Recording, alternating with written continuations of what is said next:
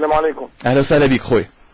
بربي انا حبيت نعمل مداخله، نعمل توطئه صغيره معناتها على ظاهره العنف السياسي من غير اطاله، بربي ما عادش عندنا برشا وقت نوفل. لا مش برشا وقت. اي تفضل خويا تفضل. هو تو الاشكاليه مثلا انا مش موافق في الراي اللي كان يتقال توا معناتها حكايه انه الجامعه انه الانسان مثلا كالطالب اللي نحى العلم يريد ان يفرض رايه بالقوه. انا ارى وانه الحراك السياسي ديما ثم شكون يدير فيه، والمكلف بالاداره ذي نتاع الحراك السياسي. اذا حكينا على دوله نقولوا مؤسسات الدوله، واذا حكينا على جامعه نقولوا الدويان نتاع الجامعه العميد.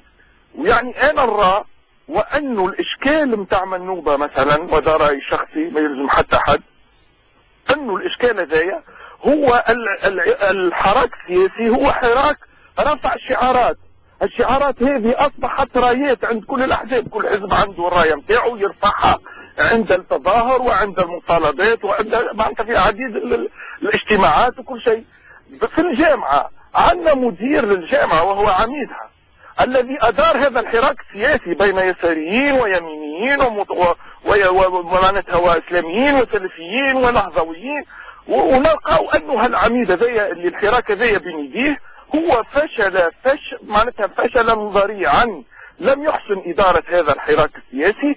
ثم بعد ذلك أصبح يتملص من هذا الحراك ويقول أن هناك سلفيين يريدون السيطرة، أو من عرش عريش قاعد يقول معناتها بالنسبة لي أنا تخلوير. في الآخر شنو صار أنه هالطالب هذايا اللي عنده شعارات يرفع فيها، ما عندوش راية. الراية تونس والعلم علم تونس والناس الكل تحته، بقينا هو لفرض الشعار نتاعو ولغباء منه. يعني خطأ انا نراه قليل وعنه القانون يجرمه، لكن هو خطأ يعني صغير. هو اراد رفع الشعارات اللي هو قاعد يناظر من اجلها.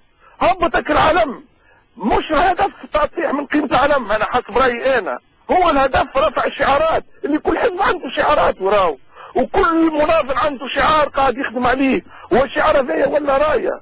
والاشكال قلت لك كما نقولوا كي نراو نحن ظاهرة العنف في الدولة في الحراك السياسي، نقولوا الدولة مسؤولة، الدولة بمؤسساتها، داخل الجامعات نفس الشيء، داخل اي مكان. يعني الانسان او الادارة او المؤسسة او الدولة التي تدير هذا الحراك هي مسؤولة عليه.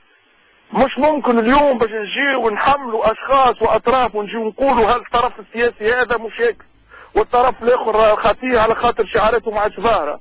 لا، نقول انا اطراف هذه ظاهره على خاطرها متعدده وكبيره وكثيره، والاخرى ليست معناتها موجوده لانها غير موجوده او انها لا تناظر بحق. والرا وانه الاشكال واضح نوفل، واضح. يعطيك الصحه نوفل من تونس. تليفون اخر ناديه من سوسه، مرحبا. عسلامة. اهلا وسهلا بك اختي. عايشك. باهي، اليوم نحكيو على العنف، ما عادش عندنا برشا وقت. العنف السياسي في تونس. سؤالي ليك يعني كيفاش تقيم معناتها المصطلح هذا، باش ما نقولوش ظاهره بطبيعه الحال ونكونوا اوبجيكتيف مع رواحنا. معناتها مصطلح العنف السياسي في تونس، هل انه موجود؟ هل انه نجموا نعتبروه ظاهره نادي اليوم في تونس؟ والله انا راه في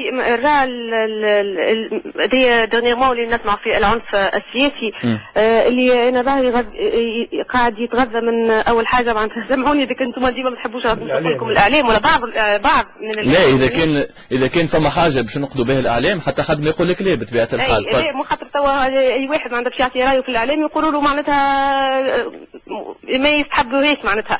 بون انا باش نعطيك حسب رايي معناتها الاسباب اللي قلت لك الاعلام يغطي هذا العنف. اول حاجه، ثاني حاجه النخبه، يعني او من النخبه مش الكل بيان سور. ومثلا انا نمشي لك بالامس الاخير كنا نطرحوا مساله الفئه اللي تقوم بتكفير الفئه اخرى. علاش ديما نركزوا على من يكفر؟ لكن حل التلفزه حل الراديو نسمع ديما على الجهه اللي تقوم بالتكفير، وفي المقابل نلقاو جهه اخرى معناتها تستعمل ابشع النعوت بالنسبه مثلا الاسلاميين وبالاخص السلفيين. معناتها انا راني مع هذا نحب قاعده نحب نكون عادله معناتها في تحليلي.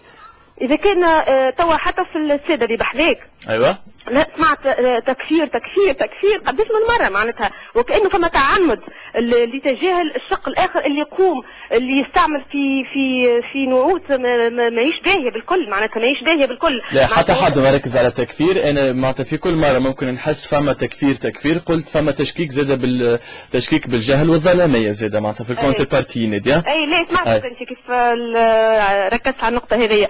بالنسبة للعنف زاد ما نجموش نقولوا ناقصوا لحد العنف، غير ما نرجعوا لشنو اللي يولد العنف هذاك. العنف هذاك يولد الإقصاء، يولد الاستفزاز، ولو معناتها مش من نبرر العنف، راهو مهما كان العنف انا مش معاه لا مادي لا ضد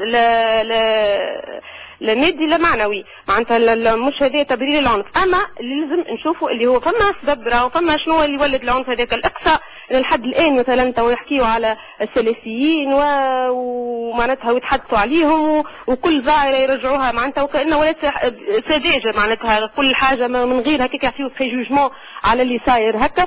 ولحد الان ما جابوش، ما ريتش شكون في البلاتو مثلا نحكي لك على التلفزه الوطنيه، ما ريتش جابوا سلفيين وحاوروهم، معناتها حاوروهم. اخر حاجه البارح وكهو اللي صارت في تلفزه تونسيه، ونحكي كيفاش صاير الاقصاء. مثلا السيد اللي بحذا السلفي هذاك معناتها ما حبش يذكر حتى، معناتها يعمل له هكا بصبعه وما حبش يذكر حتى اسمه، معناتها يقول السيد اللي بجانبي وكانه هذاك ماهوش تونسي. ولا لازم نرى باش نتجاوزوا هالعنف بكل انواعه، لازم الحوار بيناتنا، لازم يكون فما طاوله يكون فيها كل الاطراف وكل واحد يعطي رايه وكل واحد يحاجج يقدم الحجج نتاعو، وباش تولي وقتها صراع افكار وصراع حجج، ما عادش مش صراع